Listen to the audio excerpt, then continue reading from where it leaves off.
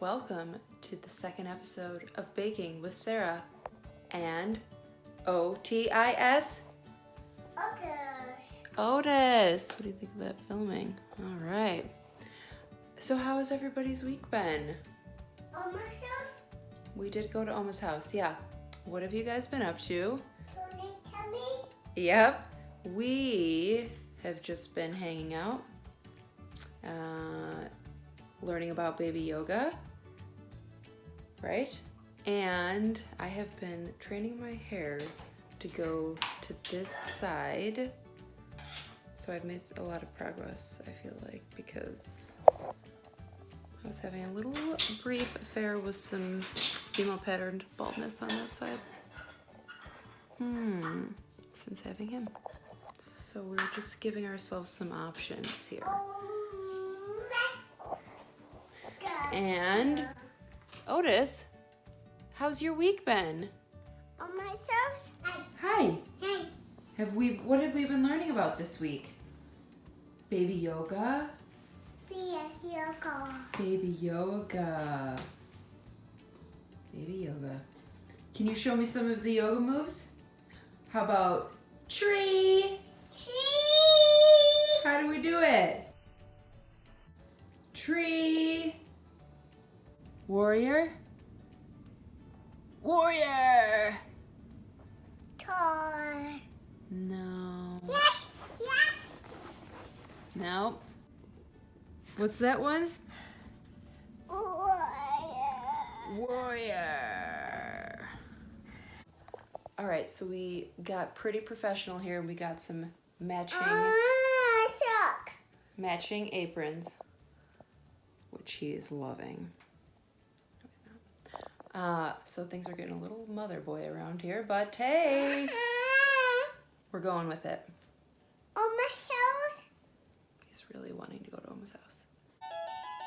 I think it's nap time for certain right now. You wanna go to Sleepy's? No. Oh yeah. Well, I just lost my co-host to nap time, so I'm gonna have to take this on solo.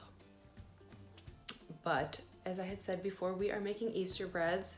I'm gonna be doubling the recipe because I'm making 8 small tins to drop off to my friends and family's doorsteps. And but the typical recipe, what I'll be showing you, is actually gonna fill 2 9x5 bread tins. So it's a nice, robust recipe here.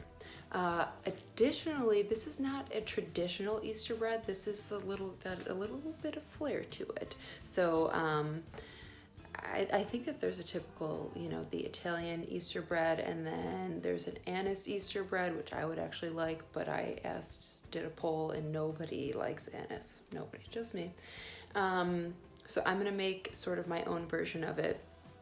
I'm gonna make it in the mixer, but you can definitely hand knead it yourself. It doesn't really take a lot because it's gonna be kind of like it's not gonna be a very tough bread. It's gonna be kind of like a dessert bread.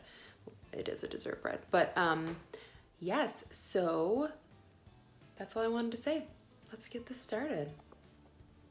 So we have got a half a cup of soaked raisins, which you just soak for 20 minutes before you get started, and that makes them nice and plump for the bread. You're gonna have 1 cup of scalded milk, which we'll scald later, 1 egg, 1/3 of a cup of sugar, 1 teaspoon of salt, and then 1.5 teaspoons of cinnamon, 1 tablespoon of orange zest, 1/4 of a cup of lukewarm water, 1/2 cup of butter, 2.5 teaspoons of yeast, and 3.5 cups of all-purpose flour.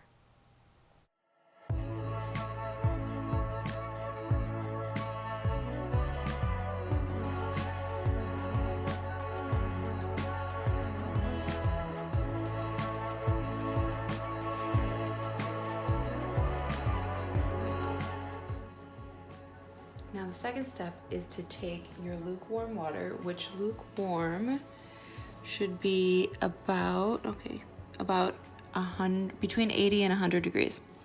So you're gonna take that, you're gonna take your yeast, and you're gonna put it in there. And then you're gonna let it dissolve for a little bit. while we're waiting for the yeast to dissolve in the water, we're gonna take our scalded milk,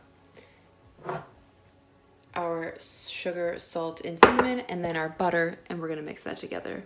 And then we're gonna wait until it's lukewarm, and then we're gonna add our yeast mixture. Thanks.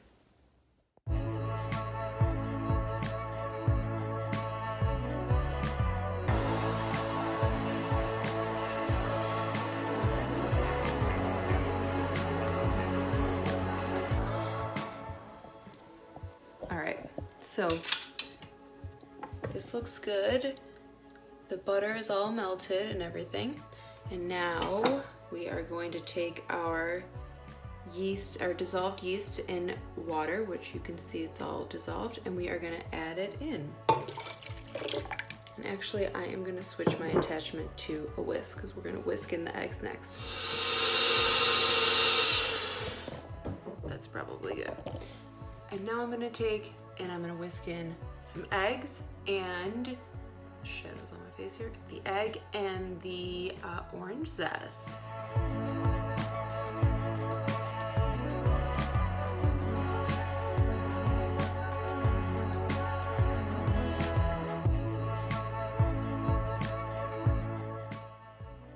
That mixture is all incorporated, so now the next step is to slowly add in your flour. And I am actually, again, gonna switch my attachment to this to the bread hook.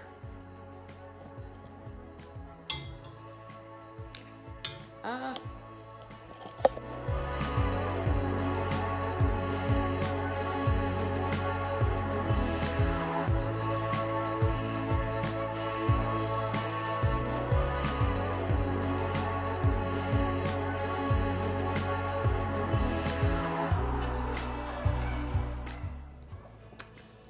The dough, all of the flour is in there and the dough is mixing. See, it's gonna start to come off the sides, but the dough's gonna be really, really sticky. And then I'm gonna add in the raisins now, but this is what it looks like. Whoa. All right, let's add in the raisins. This is the last step.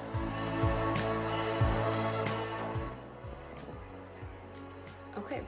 The raisins are all in there, and so now what we're gonna do with the mixer here is I am going to actually just put this on medium speed, and I'm going to beat this for about 5 minutes, and then when it's done we're gonna knead it for another 5 minutes. Now if you didn't have a mixer, you could just knead this by hand for like 8 minutes, and I would say that's when it will get nice and elastic, but the dough is gonna be really, really sticky. So I'm gonna let the machine do the work for a little bit and take a little coffee break here, I guess.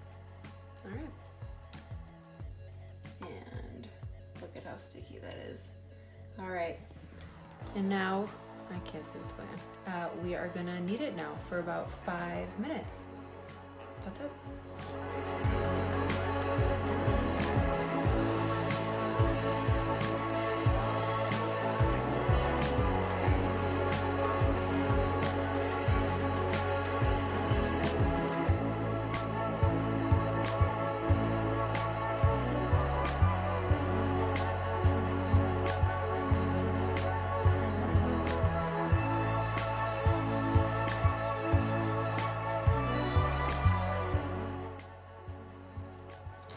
Okay, this is all kneaded, and you can see it's still quite sticky, but that's the consistency that you are going for.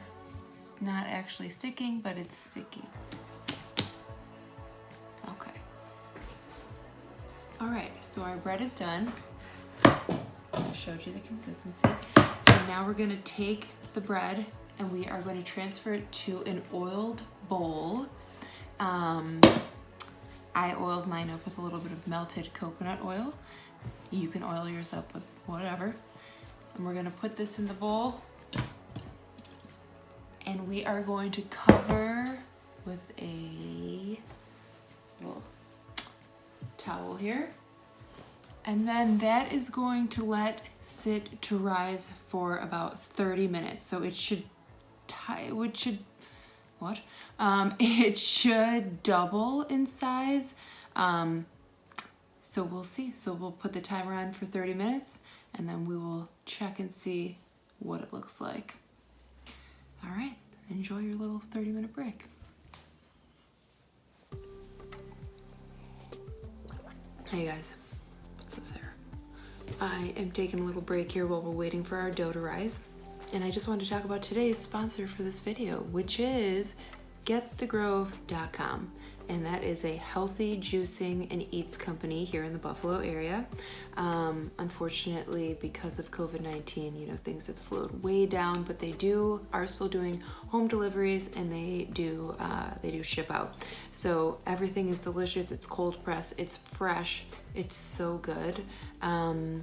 They would never, probably ever sell what we're making in these videos because it is very healthy, but you can have a juice and then afterwards you can treat yourself with a little bit of a, you know, some carrot cake or some Easter bread. And yeah, so definitely check them out, support them, and I certainly appreciate it. Cheers. Okay, so that looks really good. That looks good. Now what we're gonna do is we are going to split the dough up into our pans, and then we're going to let it rise again. So it's going to rise again for another 20 minutes. Okay, should I braid this bread? I don't know. I can try it. We'll see how it goes. All right. Well, I was going to try to braid the bread, and if I was only making one big loaf, I would definitely braid it. I think it's really pretty. But since I'm doing a bunch of little tins, I'm not gonna braid them because I don't know how they'll turn out and I don't want to chance it. So while the bread was rising, I just greased up a bunch of tins that we will split this bread in and put it in. Here we go. You're gonna take the dough and you're going to make it into like a big long rectangle, and then you're going to put it in your grease tins, and it should fill it up about halfway, and then it's going to rise again. So here we go.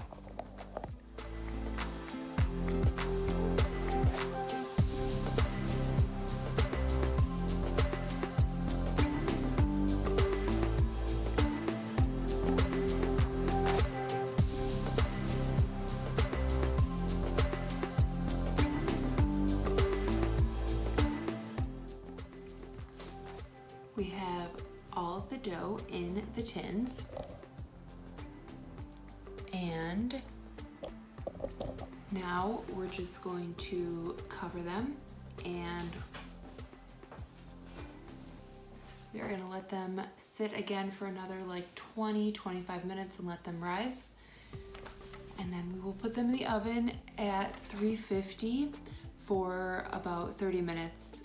If you're doing the 9x5, then it's gonna be 30 minutes. Remember when I said I could make 8 pans? That was wrong. So I made 2 big 9x5 and then these little guys. So I'm gonna bake those separately. We'll see. I don't know how long those will bake for. I'll keep you posted. But that's it. All right, so we will let these prove again for another 20 minutes. And then I will show you what they look like before we pop them in the oven. Okay, so those have risen pretty good, and this one looks a little dinky. We'll see how that one goes, but they're ready to go in. So I'm gonna make these big ones. They're gonna go in first. At 350.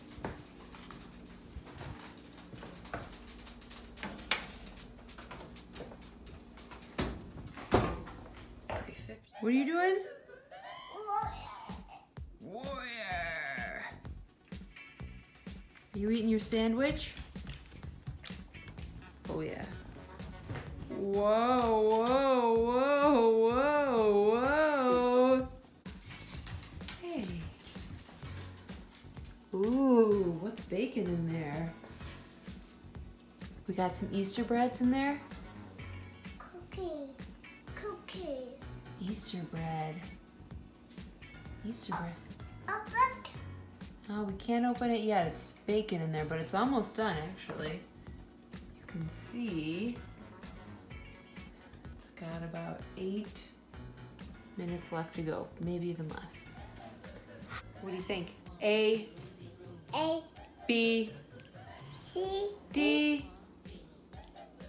E, F, C, H, I, J, K, L, L, N, O, P, O, Q, R, S, T, birthdays, birthday. happy birthday, Happy birthday to you. Happy birthday to you. Happy birthday, dear. birthday, Otis. Happy birthday to you. What sound does a lion make? wow, What sound does a doggy make? rough, Yep. What sound does a kitty make? rough, So when all was said and done, these big ones ended up taking 45 minutes and these little ones ended up taking 30 minutes to bake total. And then, I don't know how I got so off on the bake time, but that's how long it took. So 45. Yeah, green ball, honey. Where did it go? Oh, we gotta get it. And that's it. Now we will do put the frosting on, and that's the final step. So I totally stopped recording, and the recipe for this frosting on top is a half a cup of powdered sugar, 1 tablespoon of milk, and 1 teaspoon of vanilla. Yeah. All right. The last step is going to be to decorate our bread. It looks so good. And no. And and that is going to be it. So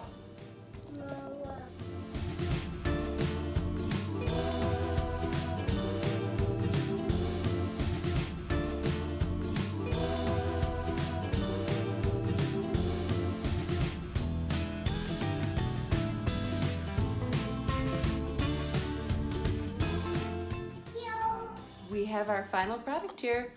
Here is our Easter bread. Easter bread. Yum. And that is it. Thank you so much for baking with us. Tune in next week. I have no idea what we'll be making.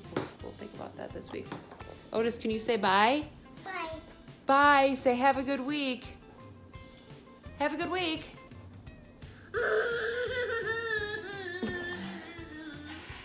All right. Have a great week, guys. Thank you so much for watching. Bye. Let's transfer this. Okay. Kick it off the mixer. We're just gonna mix that. Good. And I don't know what I'm talking about.